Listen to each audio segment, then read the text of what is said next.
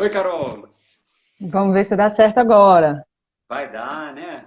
Que legal conseguir falar contigo. Tudo bom, Carol? Tudo jóia. E você, Bruno? Tudo bem. Neném tá bem? Tudo bem. Boa noite Joia. para todo mundo que está chegando aí para assistir a nossa live. Isso. Eu sempre quis fazer uma live assim, falar igual esse pessoal. Estamos ao vivo, senhoras e senhores, com um grande prazer aqui de ter a Carol Ramalhete com a gente. Acho que para começar, né, Carol, é bom sempre a gente fazer as honras da casa, agradecer aí você ter aceito o convite. Falar um pouquinho de como eu conheci a Carol e aí vou passar a bola para ela, que a gente tem muita coisa para conversar. É, Há uns 2 anos e meio, quase 3 anos atrás, Carol, não sei se você sabe disso, mas eu ia fazer um curso de desenho e cheguei a fazer uma aula experimental, deixei tudo acertado com a pessoa lá e falei, volto daqui a 3 dias. No dia seguinte, me inscreveram no seu curso. Era Arte da Conversa? Eu não sei como é que é o nome daquele curso, já é o Arte da Conversa, né? Pô, eu achei assim, Era acho que foi o um dos curso melhores de cursos. introdução ao pensamento visual. Isso. E eu falei, não, segura aí, não preciso fazer esse curso não, eu vou me envolver um pouquinho mais aqui no que eu estou aprendendo com a Carol, porque foi um dos melhores cursos que eu fiz na minha vida, pessoal e Que profissional, bom. e achei muito bacana. Eu sou um desenhista frustrado, entre aspas, sou filho de cartunista, sempre gostei de desenhar, tenho uma certa facilidade para desenhar copiando, mas não um pouco de trava, como todo mundo. A gente não é educado, não é alfabetizado em desenhar, né, Carol? E achei assim um negócio de explodir a cabeça mesmo. E aí, sempre trabalhando há 20 anos com técnicas de gestão, ferramentas de qualidade, disso, daquilo, gestão do processo, falei, um dia eu queria fazer um papo com a Carol para ver se a gente discute aqui algumas coisas, como é que as coisas estão funcionando no mundo da gestão, o que pode melhorar. E é um prazer ter você aqui. Então eu queria te agradecer e que você falasse um pouquinho de quem é você, da onde você vem. A sua fama corre o mundo já, mas era bom ouvir de você, né? De quem que você é, como é que você começou nessa área, o que você tem feito. Obrigada, Bruno, pelo convite. A gente se encontrou, né? Nossas trilhas se encontraram há 3 anos, mas eu acho que a trilha única de buscar inovação, de buscar fazer o nosso trabalho cada vez melhor, de estar sempre se atualizando, ela foi comum, né? O que promoveu esse nosso encontro. E eu sou jornalista de formação, trabalho com comunicação social há 15 anos. E há 9 anos eu comecei a me profissionalizar para atuar numa comunicação que usa como ferramenta o pensamento visual. Então, a gente busca uma comunicação simples, democrática, que fale com toda a diversidade de pessoas, de idades, de gênero, e essa comunicação, ela passa pela nossa linguagem mais primitiva, mais fundamental, que é o desenho. Então, quando a gente fala desenho, a gente não está falando daquele desenho técnico, artístico, que a pessoa vai para a escola de belas artes aprender. A gente está falando do desenho que a gente usou primeiro para se comunicar quando a gente era criancinha, mesmo antes de saber ler e escrever. É o desenho expressivo, é o desenho que contém uma mensagem e que eu acredito que todos nós somos capazes de fazer. Ele é uma linguagem muito poderosa, é uma linguagem mais rápida do que o alfabeto que a gente aprende na escola por volta de 5 a 7 anos, mas ele, na nossa sociedade, em um dado momento da nossa vida, essa linguagem do desenho ela é deixada de lado, ela é quase que descartada e ela se torna uma linguagem vista como inferior ou então que pertence só a um nicho, a um gueto dos artistas. E aí Isso me a gente fica apartado dessa possibilidade de comunicação, sendo que muitas vezes, se a gente viaja para um país estrangeiro, se a gente não domina a língua, a gente recorre a fazer um rabisco, a apontar uma placa, a gente recorre à linguagem visual. E isso nos últimos anos, principalmente com o advento das redes sociais, das ferramentas mais atuais de comunicação, tem se tornado muito palpável, né? A gente está no WhatsApp, no Instagram, no Facebook ou em qualquer outra rede usando imagem para se comunicar, né? A gente está usando foto, emoticon, e a gente está percebendo que isso funciona e que passa alguns níveis de expressão que só a linguagem escrita não passa, né? Que é emoção, que são coisas que a gente pode indicar ou inferir a partir da imagem, que muitas vezes a linguagem só escrita ela fica pobre para isso. Então, é aí nesse lugar dessa linguagem efetiva que hoje eu coloco o meu serviço à disposição do mundo, das pessoas, dos alunos do meu curso. Que legal, Carol. Quer dizer que você não era uma designer, uma artista, você era jornalista e aí, por uma necessidade de comunicação, até você foi para esse campo, que hoje você é bastante conhecido.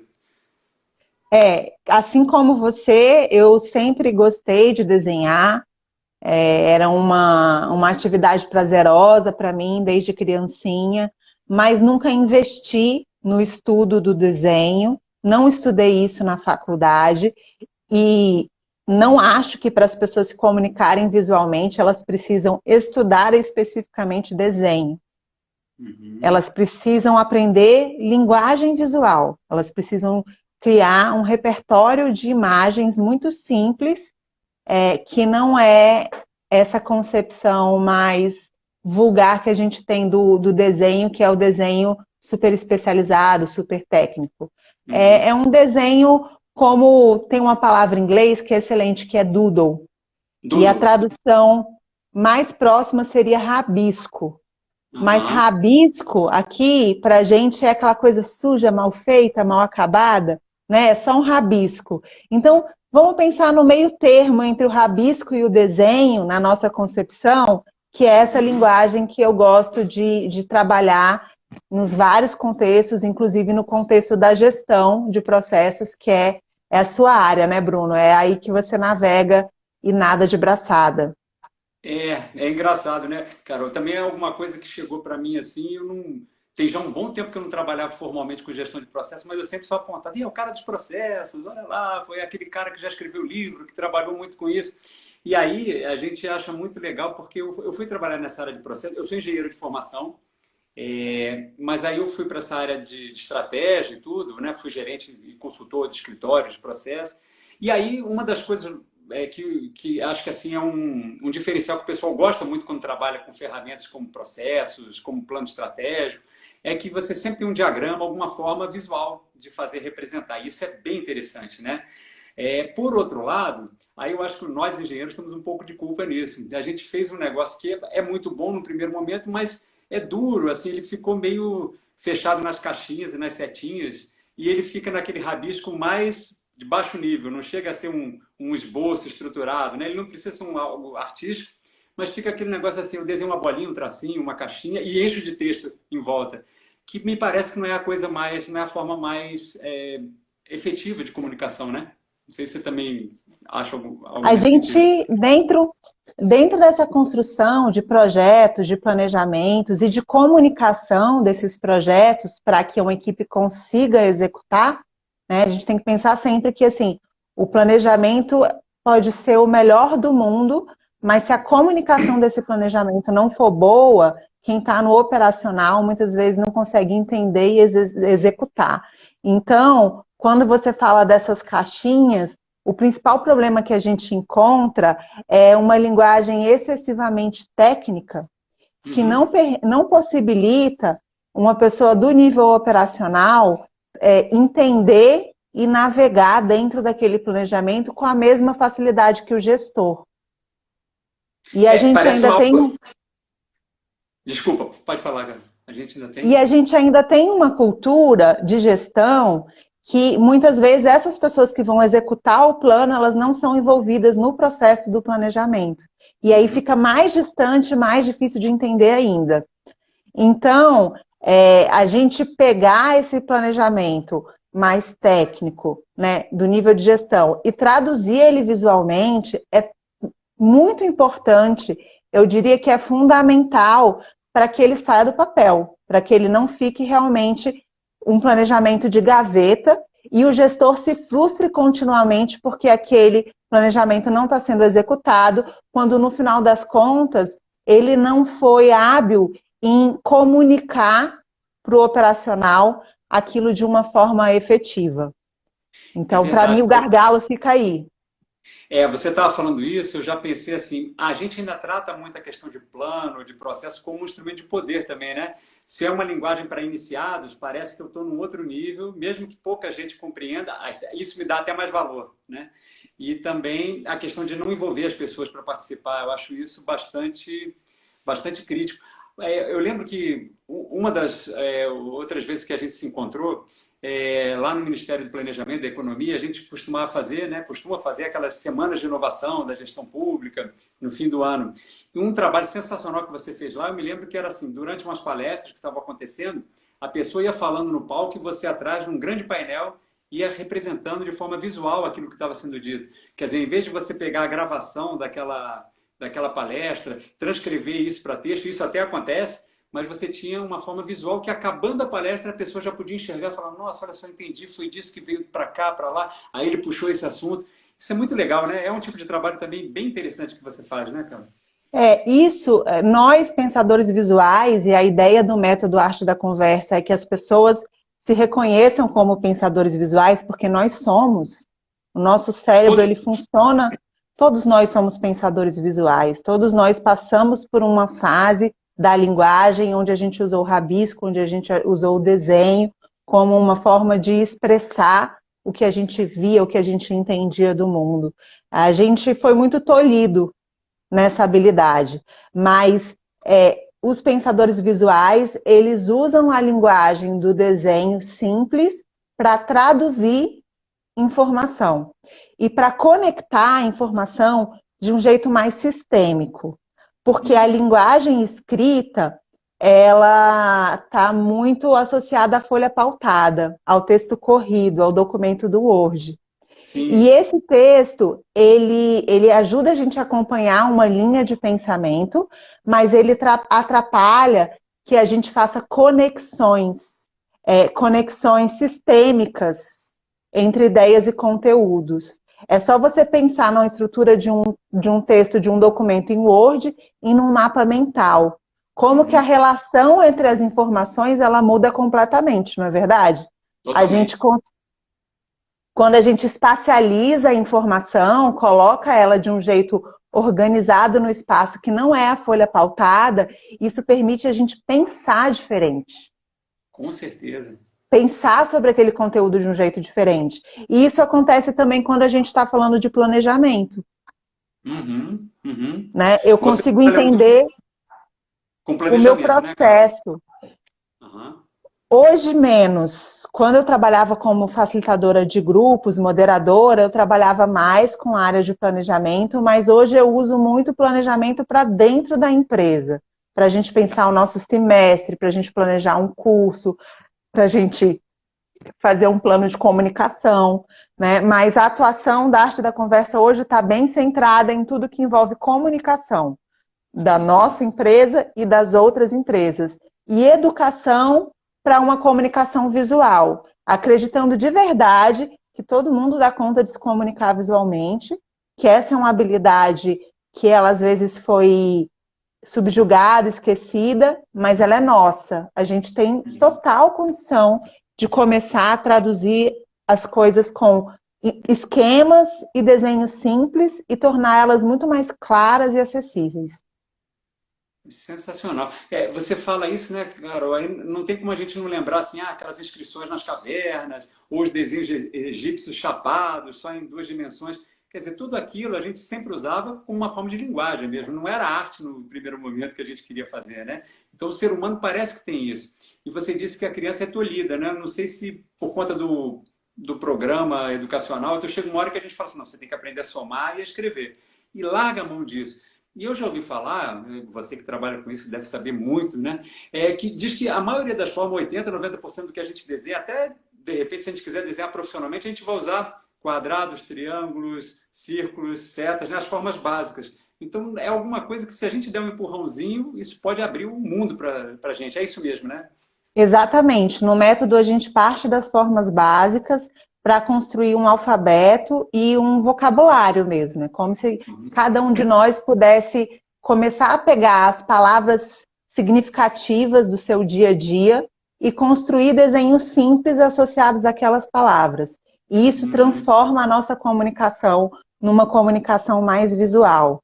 E isso tem vários ganhos, tem vários benefícios, desde a velocidade de absorção da mensagem, né? Então, por que que as placas de trânsito nas vias de alta velocidade, a gente está numa estrada, vou pegar uma estrada Brasília-São Paulo, as placas são desenhadas? Porque você tem um tempo de reação curto, né? Você não pode perder tempo. Eu estou em alta velocidade, eu leio uma imagem 60 mil vezes mais rápido do que eu leio um texto.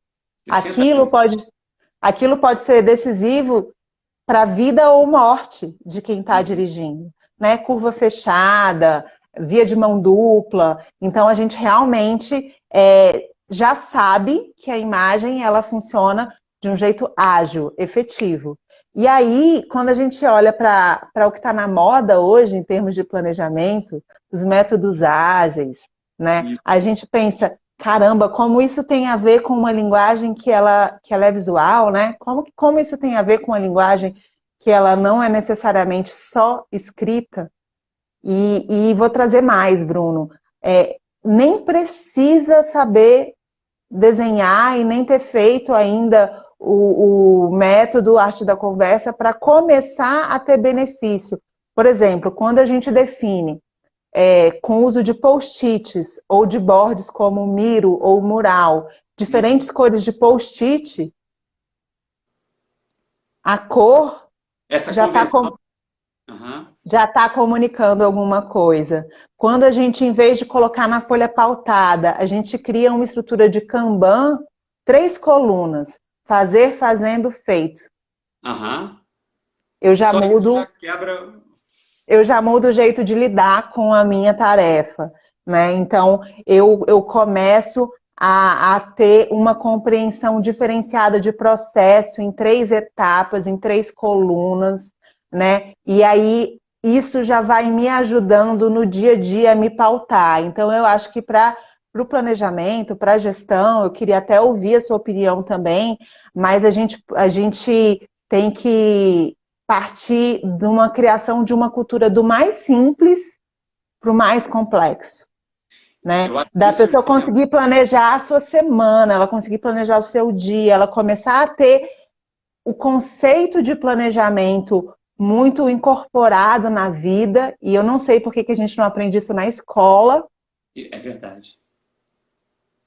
É verdade, porque isso Carol, muda tudo. Você falando isso, eu trabalhando nessa área de gestão, de processo, eu trabalhei, aqui e ali a gente esbarra com o pessoal da teoria da complexidade e tudo, né? Mas a gente sabe que a complexidade é um negócio, eu lembro até daquele livro, como é que era, do Simon, né? Do Prêmio Nobel, A Ciência do Artificial, e ele fala, tipo assim, a complexidade, ela não está no elemento, assim, o elemento e suas ligações, na verdade, são simples. O problema da complexidade é que há muitas conexões. Então, ser simples é fundamental para você entender a complexidade. Lembrei agora, o Tom Jobim também falava, né? Você aprende todas as oitavas do piano, as escalas, e toca depois numa região ali mais definida. Quando você precisa, você pega as coisas ali do lado, mas você, no dia a dia, você não precisa complicar. O complexo não é igual a complicado, né? E eu acho que é isso, a gente às vezes fica com medo da complexidade, e eu vejo na área de processo, isso acontece muito. Por medo da gente tentar encarar a realidade como ela é, a gente faz um simplismo, não uma simplificação. E começa a trabalhar com modelos errados, apostando que vai dar certo. Isso não é isso, né? Em vez da gente tentar começar pelo caminho certo, a gente faz uma simplificação ruim no começo e aí cria diagramas, textos e modelos que depois a gente vai saber que não vão dar certo porque a gente não olhou para a realidade, porque a gente não foi talvez alfabetizado quando era menor em planejamento, em representação, em comunicação. No fim das contas, a gente está falando de comunicação, né? A sacada, na minha opinião, é assim, você conseguir pensar visualmente, organizar a informação de um jeito mais visual, te liberta da necessidade de seguir modelos prontos.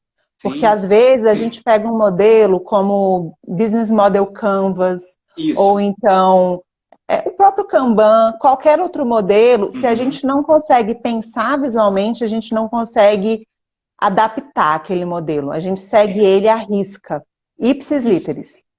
E aí, eventualmente, para o nosso contexto, para a nossa situação, se a gente fizesse uma pequena alteração, aquele modelo faria muito mais sentido.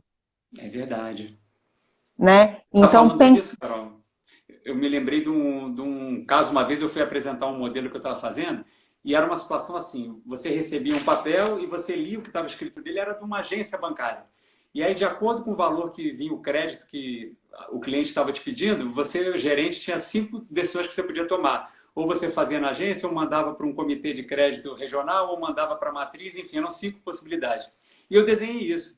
E aí a pessoa da área de tecnologia falou assim, não, isso eu não entendo. Você tem que fazer assim, uma caixinha que pergunta, é A ou B? Aí se não é A, aí vai B, como se fossem 4 decisões que ele fosse tomar. Eu falei, mas a verdade não é isso. Ele olha e toma uma decisão de uma vez só. Então a sua ferramenta pede que eu faça em 4 passos, e aí por isso eu vou fingir que a realidade é assim para caber na sua ferramenta. Mas o seu modelo é que está errado, né? E a gente faz isso muitas vezes. A gente, por falta dessa educação visual, a gente fica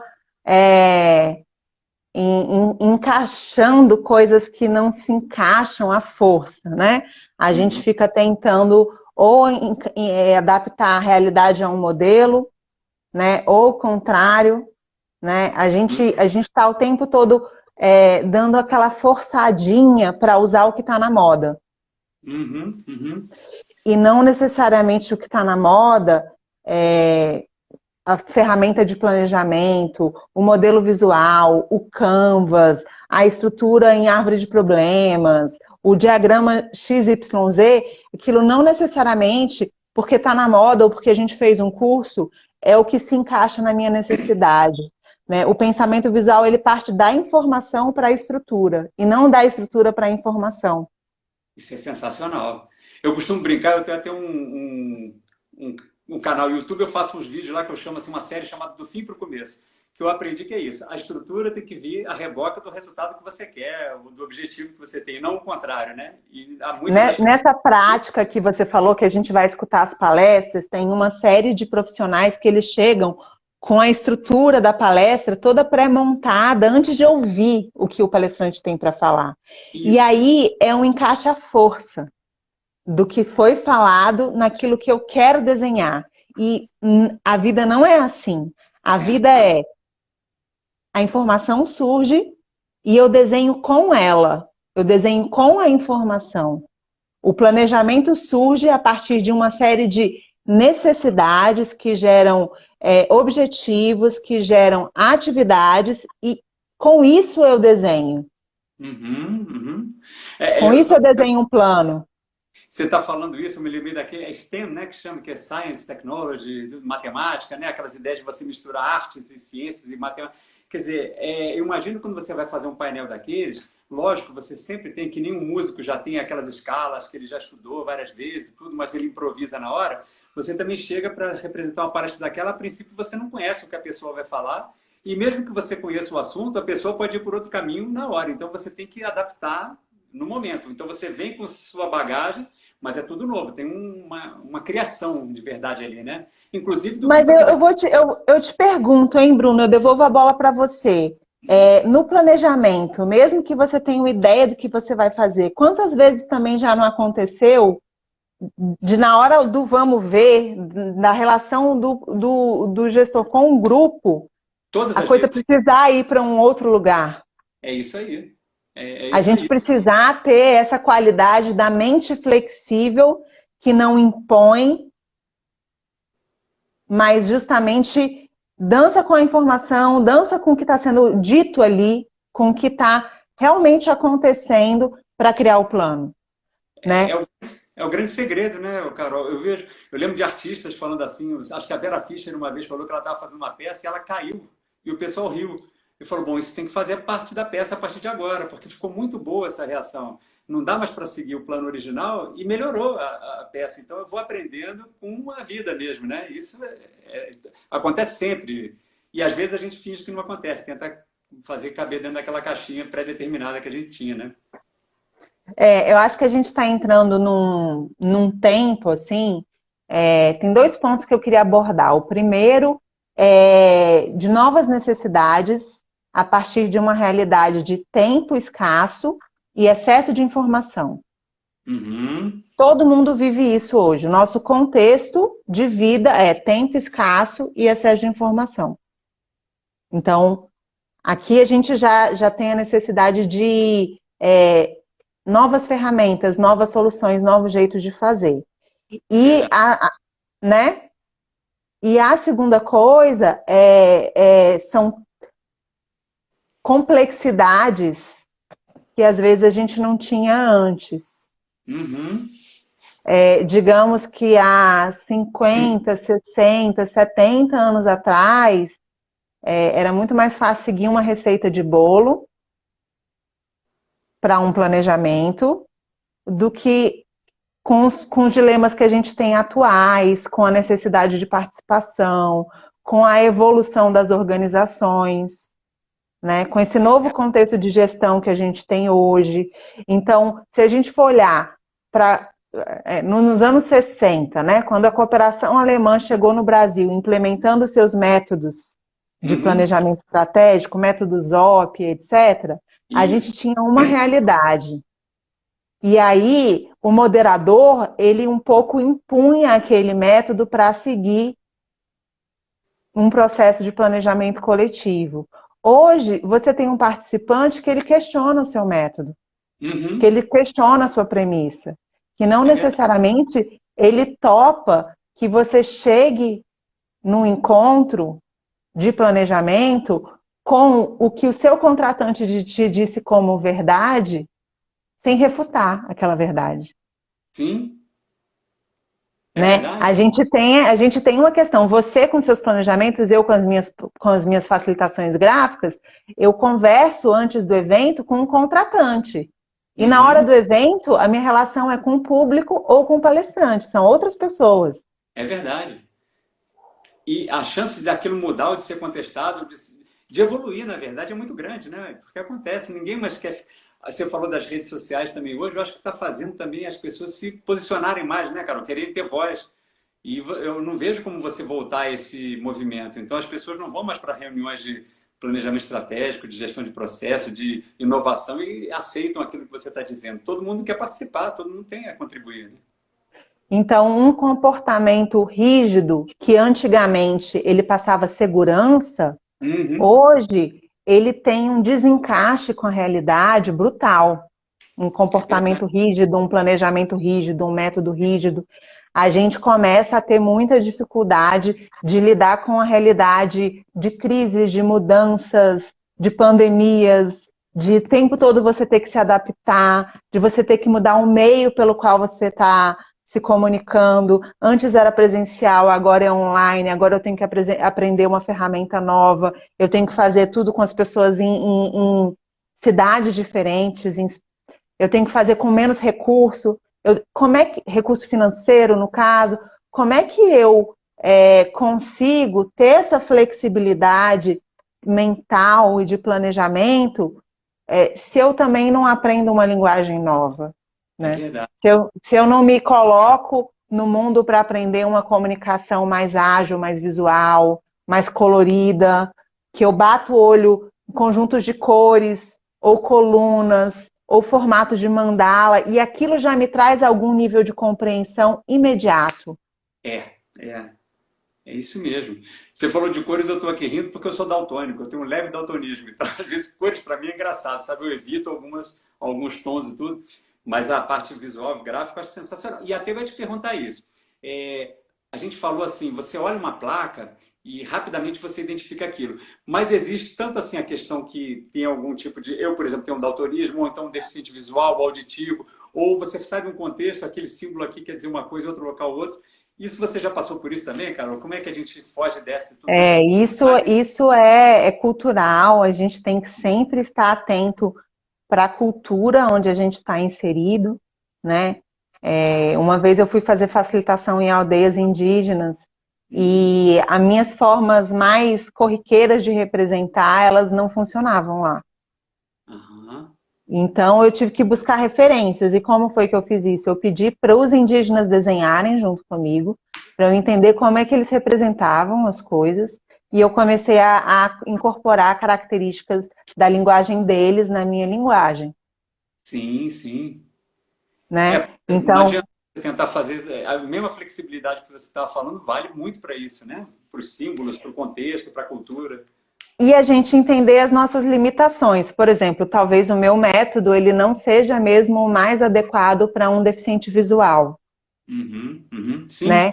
Eu não preciso resolver todos os problemas de todas as pessoas, mas se eu tiver clareza do problema que eu resolvo e das pessoas que eu posso ajudar, eu realmente vou poder ajudar muita gente, é né? verdade. Mas, sabe, dentro dos arquétipos, eu acho que a gente mais jovem, assim, a gente fica tentando viver o arquétipo do herói, É, é. do salvador. E quando a gente vai ficando um pouco mais maduro, a gente começa a se disponibilizar para viver o arquétipo do parceiro, do guia, de quem ajuda, de quem serve, e entender que não salvo todas as situações, não resolvo todos os problemas, mas tem alguns que eu me encaixo, que eu consigo ajudar. Que as ferramentas que eu Uhum, reuni até aqui, elas são boas.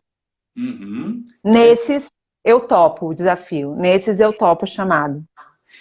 Você falou isso, eu achei muito engraçado. Às vezes, né, cara, eu ouvi assim discussões, a gente, vamos fazer um novo site da nossa unidade para comunicar com o público. Aí você faz. Não, mas aí nós temos que pensar no deficiente auditivo, nós temos que pensar no daltônico, nós temos que pensar no... A gente corre o risco de, às vezes, tentar botar tudo numa única solução e tentar agradar todo mundo e a gente não vai conseguir. Talvez o que a gente tenha que ter é várias formas, vários canais, uma forma visual muito boa, uma outra forma para quem tem um certo tipo de restrição, de necessidade, mas essa ideia também do herói tentar resolver tudo, ela pode gerar um imobilismo, né? A gente parar e fazer. E entender assim, por exemplo, nesse exemplo que você deu do site que atende, né, todas as pessoas, eu não vou querer trabalhar sozinha, eu vou querer um especialista em linguagem para deficientes visuais, para me apoiar na parte que eu não domino. Então a gente começa a criar equipes multidisciplinares, onde cada um dá conta de atender um nível daquele problema, justamente quando os problemas são muito complexos, né? A gente Uhum. precisa trabalhar com profissionais de habilidades e backgrounds diferentes para a gente conseguir resolver esses problemas de alta complexidade. É verdade, é verdade. É, a multidisciplinaridade, transdisciplinariedade tem que ser ativada, né? Eu estava falando outro dia, eu estava gravando umas aulinhas, até te comentei, né, cara? Eu estou com um curso novo, botei aí na internet, chamado Jornada do Resultado, falando de 7 ideias-chaves, chave, que eu acho que funcionam, que ajudam a gente a mudar um pouco o nosso modelo mental. Falo um pouco de pensamento visual lá, mas falei, vou conversar com uma especialista, porque eu não tenho nem como avançar muito nisso, mas eu reconheço essa ideia. E aí uma coisa que eu comento lá é que outro dia eu estava vendo a TV e vi uma entrevista bacana do Amir Klink e ele falando sobre plano. E aí eu linkei com uma história antiga que eu tinha ouvido há uns 20 anos, que diz que a ideia original de plano, essa palavra, era uma coisa dinâmica. E que a gente que foi, de certa forma, deturpando a ideia da palavra nos últimos 1000 anos, 2000 anos, e para pensar que o plano é um documento, né? Que eu boto em cima da mesa ou dentro da gaveta. E que eu meço por quilo, né? Ele pesa com 10 quilos, é um bom plano. E aí, porque deve falar de 50 anos para frente. Mas a ideia de plano original era dinâmica, eram os exércitos que tinham que planejar cada dia mudar. Tinha uma derrota numa batalha, tinha que ganhar a guerra no dia seguinte. E aí o Amir Klink falando isso, ele disse, olha, fizeram uma homenagem para mim que eu até fui meio deselegante, porque pegaram o material que eu tinha e falaram assim, nós encadernamos isso aqui, os seus planos todos, já fizemos não sei quantas edições em Uau! capa dura. E ele falou assim, pois é, só que meus planos eles não podem virar papel, porque meu plano eu tenho que alterar a cada 30 minutos. E é verdade. Para eu poder fazer a minha expedição antártida, eu tenho que ir mudando meu plano de acordo com a condição do vento, com o que aconteceu, com o vento que eu peguei, com o problema que eu tive. Se eu ficar mais de meia hora sem mexer, esse meu plano já não serve. Então, como que eu vou pegar isso e pensar que isso é um documento que eu encaderno e guardo? Não tem jeito, né? E é muito legal. Eu trabalhei por muitos anos na área ambiental, né? Foi minha área de início de carreira. Comecei na área ambiental em 2004 e trabalhei com isso até 2012 bastante, né? Quando eu fiz a migração para um serviço de consultoria, para um formato de empresa, mas quando a gente é da área ambiental, a gente fala de gestão adaptativa. Uhum. Porque, por exemplo, para você fazer uma gestão de uma unidade de conservação, que você tem ali diversos atores locais, o poder público, né? Então, vamos falar de uma área de proteção ambiental numa cidade que tem uma prefeitura, que tem os fazendeiros, que tem os especuladores imobiliários, que tem os pequenos proprietários de terra, né, que tem ali suas chácaras. E aí a gente quer fazer um plano de gestão daquela unidade, só que o tempo todo eu tenho uma realidade que muda. Isso mesmo. O tempo todo eu tenho uma queimada, ou então uma extração ilegal de madeira, ou então um novo empreendimento imobiliário tentando ocupar uma área de proteção perto de um rio, perto de uma nascente. Eu tenho o tempo, eu posso até fazer um planejamento, fazer uma gestão, mas eu preciso que ela seja muito flexível. E aí que eu digo que como é que eu voltei para a comunicação, né? Formei lá em jornalismo, dei uma volta danada e voltei em comunicação. Uhum. Aquilo tudo que eu tentava fazer só funciona se a gente souber conversar. Só funciona se a gente souber se comunicar e a gente entender diferentes pontos de vista, a gente se tornar um ouvinte melhor, a gente se tornar uma pessoa que percebe a realidade de um jeito cada vez mais abrangente, menos obtuso, sabe? A gente precisa que a realidade ela comece a tomar um aspecto de mosaico, entender que não tem uma realidade, são várias realidades vividas por todas aquelas pessoas. E aí eu olhei lá atrás para isso e pensei, eu acho que a gente precisa de uma arte aqui, a gente precisa de uma arte de conversar. E quando eu estou falando com a prefeitura, eu preciso de uma linguagem, e quando eu estou falando com o pequeno produtor rural, eu preciso, às vezes, de uma outra linguagem, mas o desenho, ele comunica com todo mundo. É verdade, é verdade. Se eu levar um esquema, um mapa desenhado, um processo plotado numa folha de papel, o prefeito me entende e o pequeno produtor rural, o produtor agroflorestal, que é analfabeto funcional, ele também consegue me entender. Não precisa de Então, Google Tradutor. é essa a brincadeira, né, da comunicação no mundo atual, principalmente em cenários complexos. Então, esse cenário ambiental, ele me ensinou muito por causa dessa diversidade de atores e dessa necessidade de falar com todo mundo, né? E eu não sei como é que é para você aí no cenário do governo, também são muitas realidades, né? São muitos Brasis, são muitos públicos. Você falando, eu fui me lembrando de várias histórias. Eu lembro que, assim, mais de uma vez, umas 3 ou 4 vezes isso aconteceu na minha vida profissional, em momentos diferentes, trabalhando com ferramentas diferentes, e a conversa era sempre a mesma. Era assim, o nosso método é muito bom, mas ano retrasado, quando a gente estava para implantar a mudança que tinha sido desenhada, teve uma mudança política. Trocaram o secretário, trocaram o gerente, trocaram o superintendente, e aí a gente perdeu todo o trabalho. Aí no ano seguinte a mesma coisa, aí no outro ano a mesma coisa. Então o problema é o método, porque vocês estão vendo que o método da gente não suporta essa dinamicidade que a realidade está mostrando. Quer dizer que no campo político, no governo, a cada 6 meses tem uma troca de chefe, então o meu método tem que caber dentro disso, porque se ele passar disso, não vai dar, né? E a gente fica botando a culpa, não podia o político ter trocado o outro, mas se isso é um dado da realidade, eu tenho que adaptar meu método, né? Não posso brigar com a realidade. É aquele joguinho de encaixe da criança, né? Ela tá ali com um formato quadrado, tentando encaixar num buraco redondo, e ou ela percebe que não vai funcionar e busca outra pecinha, ou a gente vai se frustrar sempre. E a gente eu vivi, né, na minha época de trabalhar muito em instituições muito grandes, em estruturas muito burocráticas, é uma sensação de uma jornada de Sísifo, né? Da gente empurrando a pedra para cima da montanha, a pedra rolando de volta para cima da gente, porque nesse encaixe do que não se encaixa, a gente se frustra, e aí o que acontece? O que eu acho mais desafiador é que as pessoas que seriam beneficiadas do que a gente faz seja o nosso planejamento, seja o nosso diálogo, elas desacreditam que aquilo funciona. É verdade.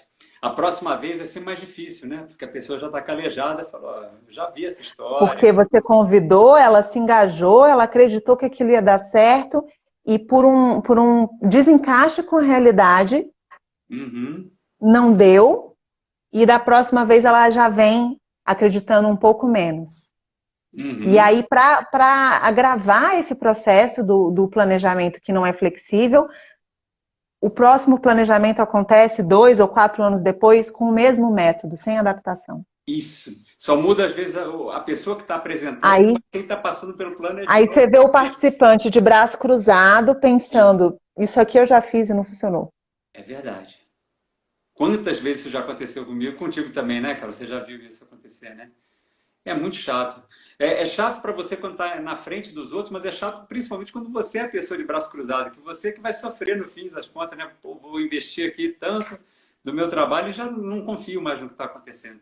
Eu me lembrei de uma história também, você falando da arte da conversa, é um pouco fora disso que a gente está falando. Na verdade, não é fora, tem tudo a ver.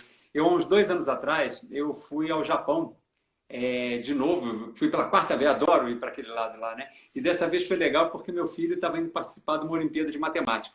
E aí a Olimpíada não era em Tóquio, era no interior. Então a gente pegou trem. Bom, para resumir a história, eu estava numa cidade do interiorzinho do Japão e precisava ir para uma outra e tinha que, naquela estação de trem, uma cidade pequena, me fazer entender para saber qual era o trem ou o táxi que eu tinha que pegar. Eu fui falar com a pessoa em inglês, a pessoa não sabia falar inglês, mas ela falou, pera aí um pouquinho. Abriu o tablet dela, botou lá num tradutor, eu escrevia as coisas, traduzia, nos comunicamos fácil, fácil. Achei legal.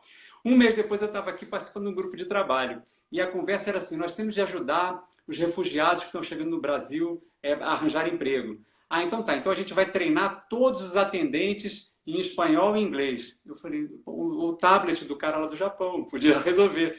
Não, não, nós vamos treinar todo mundo, mas espera aí. Aí para treinar, além de investir em capacitação, a gente vai ter que comprar um celular para a pessoa. Sim, mas aí, quer dizer, a gente vai criando, às vezes, e aí é cultural, né? Uma dificuldade, às vezes, na solução, quando a solução já está mais perto, já está mais pronta, né?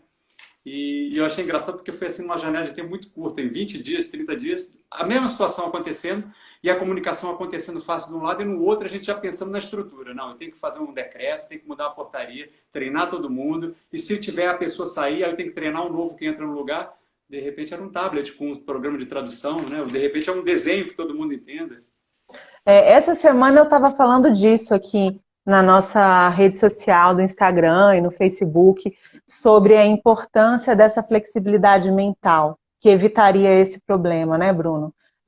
Às vezes a gente empaca ou teima com os caminhos mais difíceis, né? Uhum. E esse treinamento do pensamento visual, eu acredito de verdade nisso, assim, são quase 10 anos que me trouxeram muito mais flexibilidade mental do que eu tinha antes. Uhum. O fato de eu sair da folha pautada, que começa aqui, termina aqui, e ir para um esquema sistêmico, onde os caminhos podem ser encurtados, ligando elementos anteriormente distantes, Uhum. me possibilita novas soluções. É verdade. Você está resolvendo o problema dos outros, mas você também já é outra, né, Carol? Você está E ampliando. aí a cabeça da gente vai mudando, essa capacidade de resolver problema e de pensar rápido e de pensar no não óbvio. Eu sinto que muita coisa do planejamento e da comunicação, né, que são as nossas áreas, elas não evoluem, elas não mudam, porque todo mundo tem muito medo de se colocar não sabendo a resposta. É. A gente A gente fica aprende a. a gente fica se escondendo e fingindo que a gente sabe tudo e a gente não tem essa coragem de falar, temos um problema e não sabemos a solução. E esse lugar corajoso de falar, eu não sei a solução, ele é incrivelmente, ele abre uma É libertador, né? possibilidade de uma solução real. É verdade. É verdade. Eu não preciso saber tudo, né? Eu tenho que ir atrás de quem sabe, quem pode me ajudar, né? Eu preciso eu preciso admitir que eu não sei a solução e eu preciso convidar as pessoas para uma conversa viva, sem uma estrutura, um arcabouço rígido, para que a gente juntos ache uma solução. É verdade. E aí você estava falando de cultura, né, Carol? Eu estava lembrando de um casal de professores amigos meus, não sei se eles estão aqui também, o Marcelo e a André, muito bacana, eles moraram muito tempo na Finlândia, e eles falando como é que essa questão cultural é diferente. Eles viam assim, um quebra-pau violento entre dois professores numa discussão acadêmica. Acabou a aula, eles saíram para tomar chopp junto, conversaram, riram a noite todo, o dia seguinte eles voltaram para a discussão bem quente. Separando bem assim, olha, na hora do problema, a gente está aqui tentando resolver, defendendo nosso ponto, mas isso não se mistura com questões pessoais, com o afeto que eu tenho por você. Mas eu tenho que ser muito transparente na conversa, porque se eu, por medo de te ferir, eu escondo o que eu acho e começo a trabalhar contra você pelas costas, é muito pior. Então é melhor que eu fale, não, eu não sei, eu contesto você, eu tenho um ponto de vista diferente, né? Mas a gente não tem muito essa cultura. O tempo atual, né, e a dinâmica da atualidade, os problemas que a gente enfrenta hoje, eles pedem da gente tanto crescimento, né, tanto amadurecimento, enquanto ser humano mesmo. Eu acho que esse caminho é um caminho de muito desenvolvimento humano para a gente chegar num lugar do não saber, do ser flexível, do escutar o outro, do não ter a solução para tudo, né? Do criar caminhos novos, mesmo sem a gente ter aquele 100% de certeza que a gente vai chegar do outro lado com nota 10, né? Tirar A na prova. O que os métodos mais novos estão falando? Que o erro é bem-vindo, que o erro é parte do caminho para o acerto, de que a gente tem que mergulhar no desconhecido, que a complexidade, ela não é... olhar para o complexo não é o caminho mais simples, mas ele é o mais real, né? Uhum. Então, eu acho que a gente está numa época muito interessante de viver, que está pedindo muita mudança de cultura das organizações, das empresas, das pessoas, e essa cultura vai da rigidez para a flexibilidade, né? Vai desse planejamento antigo das caixinhas que você comentou, que era sempre aquela mesma estrutura, sempre aquele mesmo jeito, e a gente começar a criar os novos modelos, os novos templates, os novos frameworks, que tem a ver com o agora e o problema que a gente está olhando agora, não com todos os problemas do mundo. É verdade, é isso mesmo. Tem aquelas histórias antigas, né, de pensar globalmente, agir localmente. É isso mesmo, né? A gente pensa o problema todo, mas para você começar a resolver o complexo, você tem que atuar no indivíduo, depois na comunidade onde ele está. E essas redes que vão se formando é que estão resolvendo os problemas, na verdade, né? Hoje nós temos ferramentas fantásticas para fazer. Desculpa. Se a gente olhar, eu acho que isso que a gente está vivendo desde março de 2020, no contexto da pandemia, mostra a força da cooperação de países, culturas e modos de fazer muito diferentes para chegar numa vacina em tempo recorde, por exemplo. É verdade, né? é verdade. A gente não teria chegado na vacina se não fosse uma mudança cultural muito grande, que eu acho que está acontecendo na ciência, mas está acontecendo em todas as áreas, né? Se a gente estiver com essa percepção de quais são as transformações que estão acontecendo no mundo, a gente vai perceber que está acontecendo em todas as áreas de atuação e do conhecimento, e que aí, no final do dia, a gente também ter a humildade de falar, Bruno, eu preciso de você, porque você sabe planejar, e você chegar, me mandar uma mensagem 3 anos depois do curso e falar, Carol, eu preciso de você, porque eu quero falar de uma coisa que você sabe, né, no meu Instagram, no meu curso.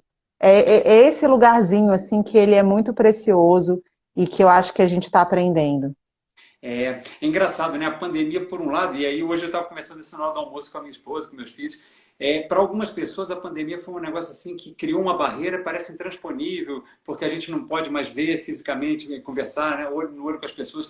Eu, por exemplo, tá certo, é lógico que eu preferia estar falando com você, de repente, tomando um café junto. Mas, assim, essa necessidade de fazer a gente conversar e utilizar melhor o nosso tempo, olha, eu reativei tantos contatos que há muito tempo eu não falava, eu fiz coisas tão diferentes. E eu acho que isso daí serve para você criar vacina, serve para você criar relacionamentos, para você mudar a sua forma de ver o mundo, né? Eu lembro que há uns anos atrás eu li Serve um para livro do cara, economizar dinheiro público, serve para Economizar, economizar dinheiro público. Quantos eventos que eram presenciais, que a gente comprava isso, passagem para as pessoas virem, 300 pessoas virem de vários lugares do Brasil e do mundo, isso. que hoje a gente roda online. Uhum. E a tecnologia já estava disponível, mas a gente tinha resistência. Aí a gente perdeu o argumento, né? Falou, bom, vamos ter que fazer. E funciona bem, funciona melhor até, né? É verdade. Eu estava lembrando, eu li um livro de um cara chamado Joy Ito, há uns anos atrás, muito bacana, é um cara do MIT, e que ele tem um TED, ficou famoso, que ele falava que a gente tem que se tornar um agorista, né? Uma pessoa que vive no agora, não tem nem a frustração do passado, nem a ansiedade do futuro, sempre construindo agora, e que ele falava, você não precisa de mapa, você precisa de bússola. Porque o mapa é muito rígido e você não precisa saber de tudo, mas se você sabe quem sabe, você vai se ajudando. E ele falava desse exemplo, que ele estava, acho que nos Estados Unidos, participando de uma entrevista para o MIT, e teve aquele desastre ambiental da usina Fukushima, né, no Japão. E diz que eles Sim. ficaram ilhados, não tinham comunicação, a família lá não sabia o que era. E assim, as formas tradicionais para resolver esse problema iam demorar muito. E ele, com um cara que era de uma empresa privada, com um cara de um outro governo, isso aqui, montaram um sistema de segurança para salvar as pessoas e para comunicar com as pessoas, que virou padrão depois. E aí, passa 10 anos, sei lá, ou menos, de que isso aconteceu, a gente vive essa pandemia, que é isso de novo acontecendo. Então, essa forma de mobilização, de usar as tecnologias, os conhecimentos das pessoas, é muito poderosa, né? Bruno, tô olhando aqui para o relógio, faltam aqui no meu relógio pelo menos 5 minutinhos para dar 7 horas, e eu acho Eu que ia falar isso, a gente vai ser encerrado pelo vai ser Instagram. encerrado. Eu ia Então, falar eu que queria te tem... fazer uma pergunta. Eu que estou aqui segurando o bastão da arte da conversa, uma pergunta para que eu possa responder, que você possa responder e quem está assistindo a gente possa responder nos comentários, Perfeito. né? Qual que é o principal insight aí que a nossa conversa te trouxe? Eu vou pensar daqui, você pensa daí, e quem está ouvindo a gente e acessando os comentários responde por escrito também. Então, eu estava tentando ver a parte de perguntas, eu não estou conseguindo ver, eu estou vendo os comentários subindo, mas eu não sei se as pessoas têm que ir numa caixinha especial, botar como pergunta, mas eu vi que tem muita gente participando aqui fazendo os comentários. Acabou que a conversa foi boa, a gente não nem abriu para os comentários, mas a gente vai ter tudo registrado, vai ficar no nosso IGTV. A gente pode abrir um post, cada um no seu perfil, Isso. depois para os comentários, né, e para as perguntas. Mas eu queria te dizer que, para mim, o meu principal insight da nossa conversa de hoje é que, tanto na sua área do planejamento, quanto na minha área do pensamento visual, a gente está lidando com um cenário de muita complexidade, que requer da gente um pensamento criativo, né? Se a gente entender a criatividade como essa capacidade de resolver problemas de jeitos novos. É isso aí. Eu concordo contigo, Carol. Eu estava pensando justamente nisso e que como é bacana num momento como esse a gente reconhecer pessoas e conhecimentos que a gente nem imaginava, né? Isso aconteceu algumas vezes lá atrás comigo, agora tem acontecido muito mais frequente. Você fala, pô, 3 anos depois eu lembrar da Carol e chamar para ela me ajudar porque é um conhecimento que ela tem. Eu vi uma situação dessa uns 10 anos atrás, que era o cara mais jogado para escanteio numa unidade que a gente estava fazendo um trabalho do mapeamento do processo. E, de repente, nesse trabalho, se descobriu que ele tinha um conhecimento que ninguém mais tinha. E ele passou a ser o mais valorizado daquele grupo de 30 pessoas. Falou, pô, esse cara é o único que sabe resolver isso. Se der um problema desse jeito que estava prestes a acontecer, ele é a sumidade aqui da nossa unidade. Então, o insight que eu tive também foi esse, da possibilidade da gente reconhecer, nesse momento até de crise, mas aqueles valores e aquelas competências que só você tem, que todo mundo é importante e todo mundo é criativo para fazer a coisa acontecer. Que insight legal, Bruno, adorei. Olha, queria Genial. te agradecer mesmo esse convite. Eu acho que só você consegue salvar o vídeo dessa live. Eu queria te pedir Isso, eu esse vou salvar. favorzão. para você salvar e me mandar também, e que essa seja uma primeira de muitas conversas. Com certeza, cara. A Olha, gente teve uma galerinha aqui que eu ainda não conheço, fazendo pergunta. Tem uma pessoa aqui do perfil de Pernas para o Mar. Segue lá, gente, a Arte da Conversa. Eu estou super disponível, eu que respondo as mensagens inbox, eu que faço os stories. Então, se vocês quiserem tirar alguma dúvida, fazer alguma pergunta, eu acho que o Bruno está de prova aí. Eu sou facinha, só perguntar, é só um chamar amor dessa. que a gente responde. Carol, faz o seu jabazinho desses 2 minutos que você tem. Fala onde está a arte da conversa, o que você tem. Por favor, esse tempo agora, até o fim do papo, é seu. A gente está lá produzindo conteúdo diariamente para vocês, né? Hoje é isso que eu faço da minha vida, produzir informação, produzir conteúdo, criar curso. Nesse exato momento, a gente não está com nenhuma inscrição aberta para o nosso curso, mas a gente vai abrir em breve, agora em maio. Então, se vocês seguirem a página, se vocês acompanharem o nosso conteúdo, que está lá todo dia no feed, nos stories, em breve vocês vão receber um convite para uma nova turma da Arte da Conversa. Então, o melhor caminho é aqui no Insta mesmo, né? Acompanhar o perfil, seguir o Aqui no perfil. Instagram é nosso canal de comunicação diário com vocês. Genial, Carol. Eu estou aqui também no nosso perfil, a gente vai trocar muita figurinha. Muito obrigado pela sua disponibilidade, você é muito acessível e é competente até não poder mais, né? Muito obrigado mesmo, Carol. Vamos fazer Eu que outras dessas. agradeço, Bruno, a admiração é recíproca. Tá joia, um beijo e obrigado a vocês todos, pessoal. Até a próxima. Até já, gente.